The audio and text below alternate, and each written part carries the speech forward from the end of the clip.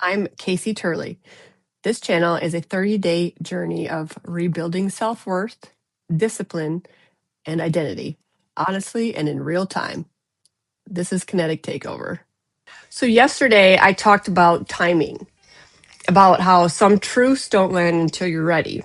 So today I'm going to slow it down and get practical, but still personal, because I don't want this series to turn into quotes, summaries, or ideas that sound good, but never change anything. So today I'm going to talk about the 4 agreements, not the way the book explains them, though.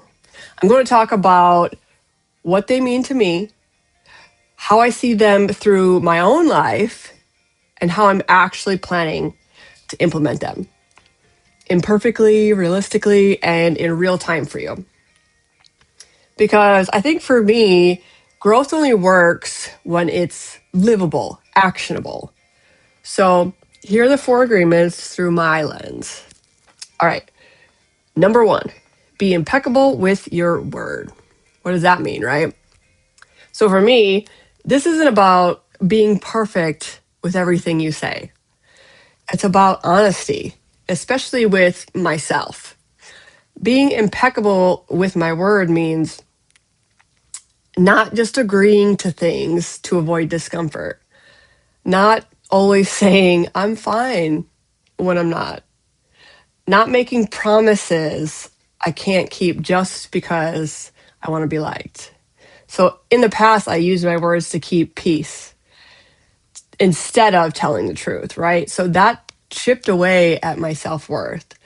So how I'm implementing this agreement is simple, but not always so easy. I'm pausing before I respond. I'm letting myself say, I need time to think about that. I'm choosing clarity over people pleasing. At least that's the goal.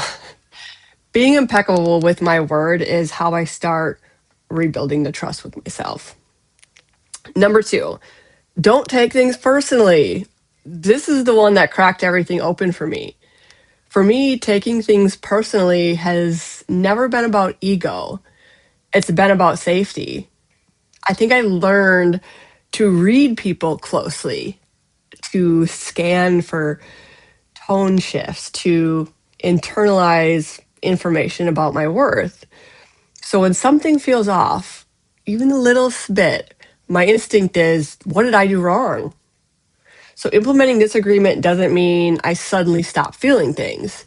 It means I stop making myself the center of everything. So when someone's upset, distant, reactive, I'm practicing asking these questions.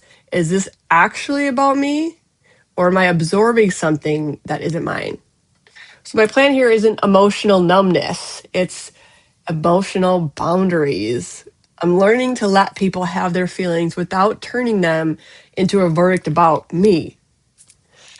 Number 3, don't make assumptions. This one is a little sneaky because assumptions feel like protection. But for me, assumptions are where my anxiety is. I assume that I know what people mean, what they're thinking, what's coming next, what I should do to avoid rejection. And most of the time, I'm wrong.